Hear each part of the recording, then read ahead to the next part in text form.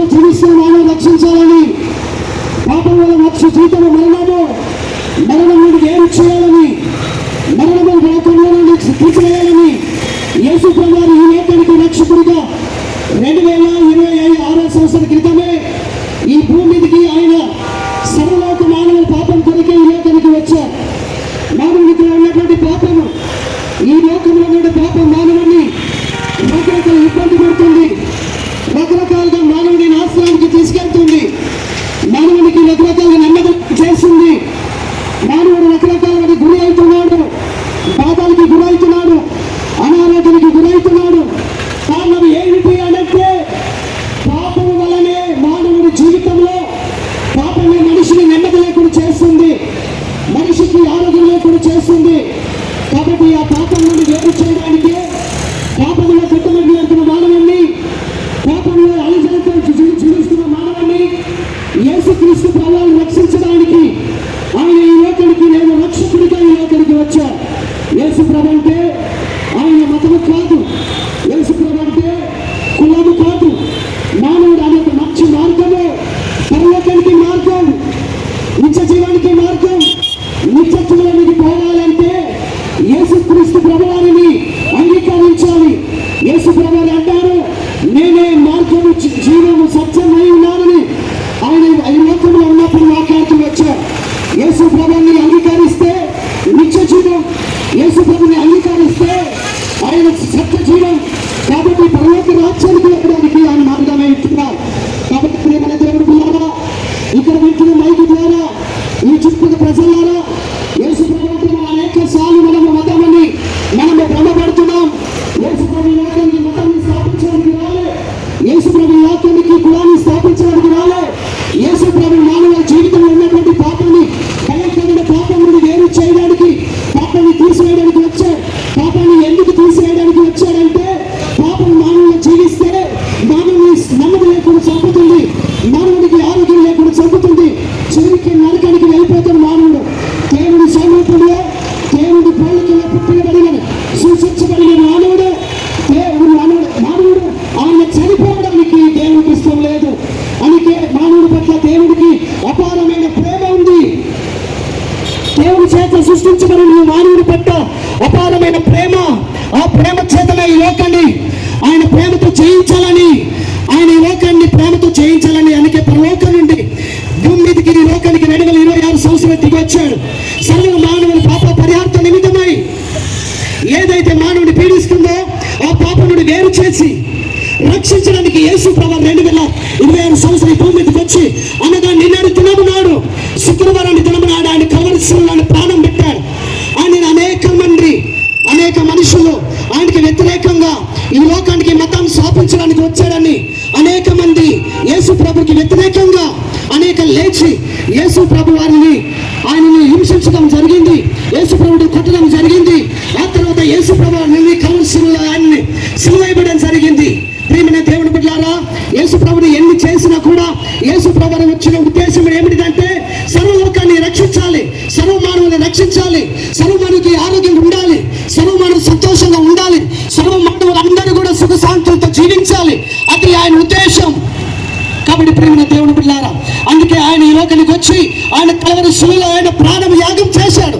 ఆయన యాగం చేసి ఆయన ఈ లోకంలో సమాధి చేయబడి 3వ దినంలో ఆయన తిరిగి లేస్తూ వచ్చాడు. మరణాన్ని జయించాడు. ఆయనలో మరణం లేదు అని ఆయన రుజుపరుస్తూ వచ్చాడు. ఎవరైతే యేసుక్రీస్తు నందు ఆయన విశ్వాసిస్తారో, యేసుక్రీస్తు నా పాపముల కోసం, నా అపరాధుల కోసం, నా యొక్క పాపముల నిమిత్తమై యేసు ప్రభు కల్వరి శిలువలో ప్రాణం పెట్టి తిరిగి లేచినాడని ఎవరైతే తన నోటితో తను ఒప్పుకుంటారో అట్టి వారిని యేసుక్రీస్తు ప్రభు రక్షిస్తాడు. ప్రియమైన సహోదరులారా, రచ్చపేట ప్రాంత ప్రజలారా, మీరు ఎప్పుడైతే మీ జీవితంలో మీరు ఒప్పుకుంటే, మీరు ఒప్పుకుని మీ పాపలు క్షమిస్తాడు ఆయన, మీ దోషంలో విడిపిండలు కలిగిస్తారు. కనుక దయచేసి మీరు అందరూ మీ ఏ ప్రాంతంలో ఉన్నా, ఎక్కడ నిలబడి ఉన్నా, మీరు ఒక్కసారి మీ మనసులో మీకు నెమ్మది లేకపోతే, సంతోషం లేకపోతే ఒక్కసారి మీ హృదయంలో, ప్రభా నేను పాపిని, నన్ను ఒక్కసారి క్షమించయ్యా, నువ్వు నా కొరకే ప్రాణం పెట్టావు అని నువ్వు ఎప్పుడైతే ఒప్పుకుంటావో యేసు ప్రభు నీ పాపాలు క్షమించడానికి సిద్ధ మనసు కలిగి ఉన్నాడు. నీ పాపాలు క్షమించడానికి ఆయన ఓర్పు కలిగి చూస్తున్నాడు. నీ వైపు కనులతో నీ వైపు చూస్తున్న సహోదరులు ఒక్కసారి నువ్వు ఒప్పుకున్నట్లు నీ జీవితంలో ఆయన ధన్యకరం చేస్తాడు. పరలోక రాజ్యానికి నీకు కూడా స్థానం ఇస్తాడు. కాబట్టి ప్రియమైన దేవుని పిల్లారా, ఈ వాక్యాన్ని మీ హృదయాలు దీవించాలని కోరుకుంటూ ఇంతటితో ముగిస్తున్నాను. ఇత్తబడిన సత్య సువార్త కొరకై దైవజనరాలు మిసెస్ నరసింహారెడ్డి అన్న గారు, శైలజక్క గారు ప్రార్థన చేస్తారు. పరిశుద్ధుడైన ప్రేమగల తండ్రి, నాయన చక్కని ప్రభువా, ఈ సమయాన్ని బట్టి దినాన్ని బట్టి నీ కొందనాలు చెల్లించుకుంటున్న తండ్రి, నీ సేవకుల ద్వారా ప్రభా ఏర్పాటు చేసినట్లంటే నాయన స్వార్థ కూడిక కొరకై నీ కొందనాలు పరిశుద్ధుడా ప్రభువా. ఇదిగో నశించిందాన్ని వెతికి రక్షించడానికి ప్రభువా దేవుడవు నరుడిగా భూమి మీదకి వచ్చినవయ్యా. నరులను రక్షించడానికి ప్రభువా నువ్వు నరుడిగా వచ్చావయ్యా. నీ కొందనాలు ప్రభువా. నిజమే నాయన ప్రభువా, నిన్ను ఎరగకపోవడమే పాపము, పాపమొక వేదన, మరణము, ఆ మరణము నిత్య నరకం ప్రభువా. పాపము క్షమింపబడాలంటే రక్తము చిందింపబడాలి. ఆ రక్తము పరిశుద్ధమైనది, యేసుక్రీస్తు రక్తము ప్రభువా. ఈ ప్రాంతాల్లో ఇంటున్న ప్రతి బిడ్డని నాయన వాళ్ళు ఇంటుండగా ఉపద్రోహము వారిలో రేగక ప్రభువా నీ వైపు చూడడానికి ప్రతి బిడ్డకు సహాయం చేయనైనా వినగల నాయన చెల్లి గ్రహించే హృదయం అనుగ్రహించమని ప్రార్థన చేస్తున్నాం. గొప్ప దేవుడానికి కొందనాలయ్యా. నీ బిడ్డలు పడుతున్న ప్రయాసము, ఇదిగో ఈ సువార్తని ప్రకటించే భారము, ఇదిగో ఈ సేవకుల మీద మీరు ఉంచారయ్యా.